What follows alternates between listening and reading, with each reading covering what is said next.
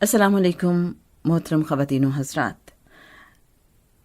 روحانی اسکالر جناب سید سرفراز احمد شاہ صاحب سے ایک بہت ہی اہم سوال ان کے مرشد سید یعقوب علی شاہ صاحب کے بارے میں پوچھا گیا. سوال یہ تھا کہ کیا سید یعقوب علی شاہ رحمۃ اللہ علیہ کی روح بھی صاحب امر ہے؟ جناب سید سرفراز احمد شاہ صاحب نے فرمایا، صاحبو، سید یعقوب علی شاہ صاحب رحمۃ اللہ علیہ میرے مرشد ہیں. اگر وہ کچھ نہ بھی ہوتے اور میں نے انہیں اپنا مرشد مان لیا ہوتا تو اللہ، اس کے رسول صلی اللہ علیہ وآلہ وسلم، تمام پیغمبروں اور صحابہ کرام رضوان اللہ اجمعین کے بعد وہ میرے لیے سب سے بڑے انسان ہوتے. جب تک مرید اپنے مرشد کو عظیم نہیں سمجھتا ان کی تقلید نہیں کر سکتا، اور جب تک وہ کسی کی تقلید نہیں کرتا کسی مقام پر نہیں پہنچ پاتا. اولیاء کرام علم کے مختلف مدارج پر فائز ہوتے ہیں. ولی اللہ کے مقام کا انحصار علم پر ہوتا ہے.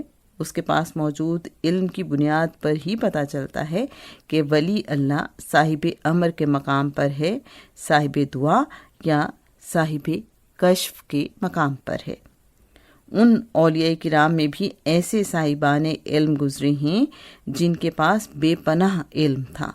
دنیا سے چلے جانے کے باوجود ان کے تصرفات جاری ہیں. عام طور پر ہوتا یہ ہے کہ کوئی بھی صاحب علم جب تک زندہ ہوتا ہے تو اتنا بڑا صاحب تصرف نہیں ہوتا، مرنے کے بعد ان کے تصرفات میں اضافہ ہو جاتا ہے. آپ کار یا موٹر سائیکل چلا رہے ہوں اور گاڑی کو نیوٹرل کر دیں تو اس کی سپیڈ فوری طور پر بڑھ جاتی ہے. اسی طرح صاحب علم جب تک دنیا میں ہوتا ہے اس کا علم حاصل کرنے کا سلسلہ جاری رہتا ہے. وہ ایک کنٹرول میں ہوتا ہے. جب تک کار کے ایکسلریٹر پر آپ پاؤں رکھے ہوتے ہیں سپیڈ نہ بڑھتی ہے نہ گھٹتی ہے، کیونکہ اسے انجن کے ریوولوشنز کنٹرول کر رہے ہوتے ہیں. لیکن جو ہی اسے نیوٹرل کرتے ہیں تو گاڑی کی سپیڈ ایک دم بڑھے گی اور پھر سلو ڈاؤن ہونا شروع ہو جائے گی. اسی طرح صاحب علم اگر اپنی زندگی میں صاحب تصرف ہیں تو انتقال کے بعد ان کے تصرفات بڑھ جائیں گے اور ان میں زور پیدا ہو جائے گا. جب میں کہتا ہوں صاحب تصرف تو اس میں صاحب امر بھی آ جاتا ہے. یہ بھی ایک طرح کا تصرف ہے کہ رب بندے سے یوں راضی ہو جاتا ہے کہ اس کی کہی ہوئی ہر بات کو پورا کر دیتا ہے. اس میں اس بندے کا کوئی کمال نہیں، یہ صرف اور صرف رب کی رحمت کی بدولت ہوتا ہے. رب نہ چاہے تو کوئی کسی بھی مقام پر فائز کیوں نہ ہو، رب کی قدرت کے سامنے مجبور ہے.